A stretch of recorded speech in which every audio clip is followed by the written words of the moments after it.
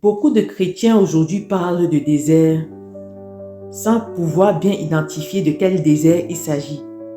Parce que oui, il y a le désert imposé par la sorcellerie, les esprits familiers et le désert imposé par Dieu.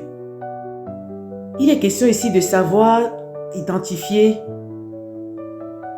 de quoi il s'agit. Parce que si vous manquez, ce qui est plus pire pour un chrétien, c'est de manquer de connaissances, de croire être dans la bonne direction et de ne pas prendre les actions adéquates pour pouvoir s'en sortir. Donc, le désert imposé par les esprits familiers, par la sorcellerie par exemple, l'attente est tellement longue. Elle est longue, mais également oppressante. Vous allez vous rendre compte de cela au travers la qualité de vos rêves.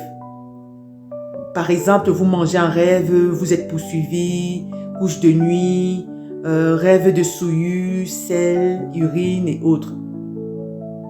Et l'oppression peut être également mentale. Vous avez des idées suicidaires, des idées, vous entendez des voix et autres. Cette attente est tellement oppressante et en plus, rien ne vous réussit.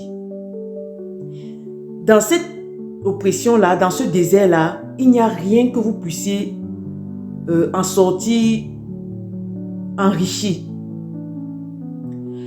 Et de l'autre côté, l'oppression de Dieu, c'est une oppression qui vous apprend. Ça vous apprend la patience. Vous apprenez tout au long de l'attente. Et je peux prendre exemple dans la Bible avec le peuple d'Israël. Voilà, qui tout au long de leur chemin, tout au long de leur parcours, ils avaient la manne, ils avaient les cailles au moment de famine. Ils remportaient toujours les batailles. S'il y avait un peuple qui se mettait en travers de leur chemin, ils gagnaient toujours. Et à chaque étape, Dieu leur montrait toujours le chemin, comment faire, ce qu'il fallait faire, ce qu'il ne fallait pas faire. Et ils sortaient toujours de là instruits, gagnants, et ils avançaient.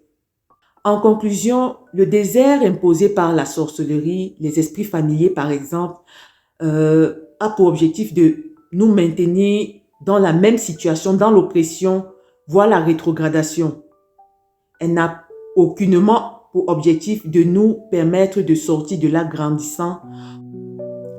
Par contre, le désert imposé par Dieu nous permet non seulement d'avoir notre percée, mais également de sortir de là avec une leçon. Cette leçon nous permettra de résister pendant les moments de dure épreuve, d'oppression et surtout de garder notre bénédiction. Shalom, shalom.